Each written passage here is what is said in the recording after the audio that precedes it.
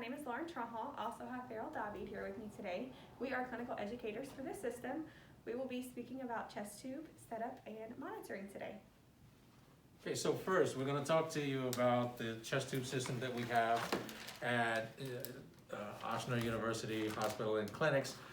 This is the Atrium dry seal chest tube drainage system. It comes to us in a sterile wrapping. We're going to go ahead and unwrap this blue and leave our blue field for our sterile setup. The things that you need to have besides this chest tube drainage system is a vacuum regulator that you see here. It needs to be mounted into the vacuum port on the wall, and it's going to initially be set at a volume of -80 to -120 negative pressure. We're going to connect the suction tubing to the bottom of the vacuum regulator and just lay it on the side until we get this set up. So here you can see I have the chest drainage system face down, and I have it that way because I need to go ahead and inject some water from this 30 cc syringe that we find attached to the handle.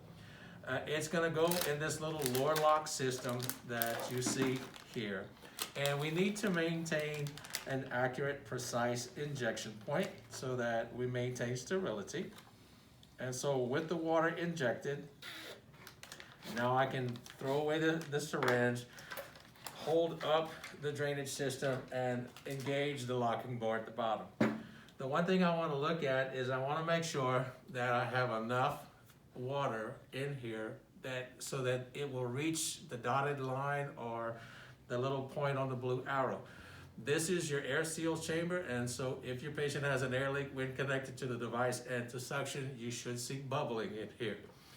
And I'm talking about egg boiling, bubbling, not just little champagne bubbles. You might see champagne bubbles, that's just a faulty of the system, and it's not anything that signifies a leak.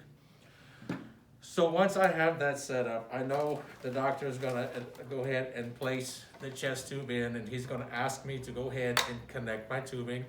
This comes with a cap, so once it's capped and I connect my suction line to the little nipple on top of the canister, I should automatically have some bubbling going on. Okay, the doctor's going to be ready to connect. We're going to do a precise connect here to make sure that we don't touch the sides. We're going to secure the wrapping so that it doesn't come off by putting the tape in a spiral shape to where you can monitor the system for clots. Okay, it's connected, water's bubbling. You'll notice at the bottom you've got chambers 1, 2, 3, 4, 5. These are to indicate the level of or the degree of severity of the leak. The higher the number, the harder the boil, the bigger the leak.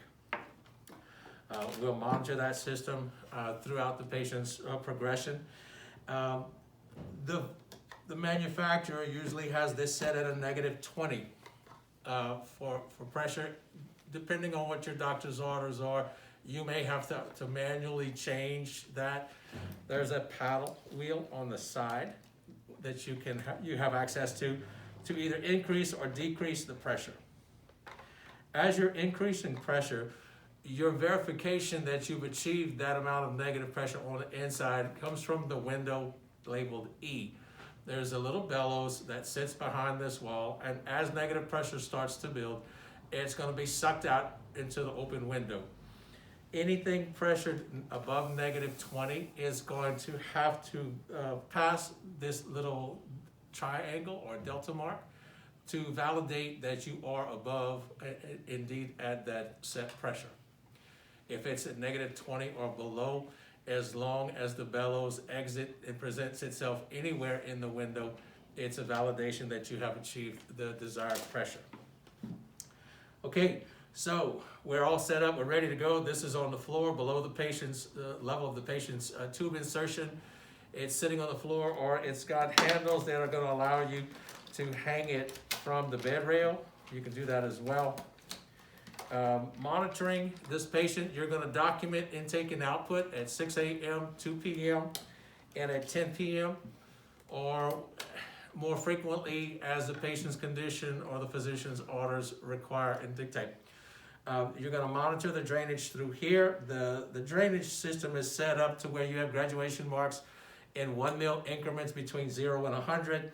From 100 to 200, you have them in 2 mil increments, and everything above 200 are based in 10 ml increments. Monitor that as you go. You're gonna have with you a little magic marker, and as the volume comes up at the end of your shift, you're gonna go ahead and make a mark on here. Put your date, time, and initials on the device, and you're gonna claim everything here to here. The next person comes in and there may be it here, so the next shift claims this part, okay? When you get to the point where you're ready to, your device is full of secretions or drainage and you're ready to swap out, you have a quick disconnect. Remember, no clamping, no injecting, no stripping of the tube. Have your second device ready to go. Pinch, quick disconnect. Bring the new device in, unpinch and let go. Okay? Stop. Good.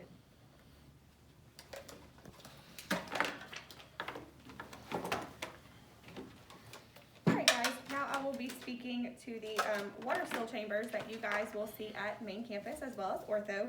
Setup is slightly different. As you can see, you do have a suction control chamber here. For the fluid in here, you will just pull off this gray vent. You will then either use sterile water or normal saline. You will make sure you check your physician's order. Usually it is to the 20 centimeter mark. Go ahead and pour your fluid in. You will also have a water still chamber down here. You can utilize this tubing and connect your funnel that comes with the setup. Pour your fluid in here to the 2 centimeter mark. You should see gentle, continuous bubbling in this chamber, and again, kind of how Farrell had explained with the other chest tube. If they have an air leak, you may see a little bit of bubbling in the water still chamber as well. Very important things to remember: when any patient that has a chest tube, you want to make sure that you are changing your dressings every 24 hours and PRN. You want to make sure that you can use the fenestrated gauze dressing, at least 2 of them. Put some normal gauze on top, and then you can put some occlusive tape on top of that. Also, any patient with a chest tube, you want to make sure that they are getting a chest x-ray after insertion, as well as timed every morning while they have their chest tube at 5 o'clock. And then once the chest tube is discontinued, you will also get a tube view the morning after. And last but not least, if your chest tube ever becomes dislodged from the patient, you want to make sure that you cover with an occlusive dressing the chest tube insertion site and tape it on 3 sides. Thank you.